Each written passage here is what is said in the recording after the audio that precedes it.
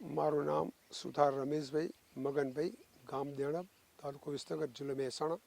2003થી મેં 2012 સુધી વૈજ્ઞાનિકના ભલામણ મુજબ ખેતીની શરૂઆત કરી. દરેક જુનાગઢ યુનિવર્સિટી, દોતીવાડા university, Navsari university, Anand university, એમાં આણંદ યુનિવર્સિટીની મેં ઓર્ગેનિક ફાર્મિંગની 15 દિવસની તાલીમ લીધી.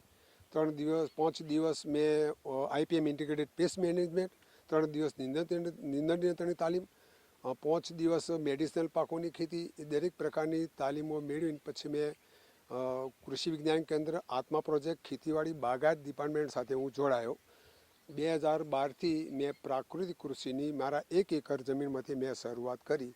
શરૂઆતના પિરિયડમાં મેં કપાસની ખેતી કરી. કપાસમાં મને હાઈ લેવલનું ઉત્પાદન 30 ગુંઠામાંથી મને 70 મણ જેવું ઉત્પાદન મળ્યું. અને ખેડૂતનું અંકુર બીજ કંપનીનું નિદર્શન પાકનું ગોઠવીને અને મેં મારી શરૂઆત પ્રાકૃતિક કૃષિથી શરૂઆત કરી.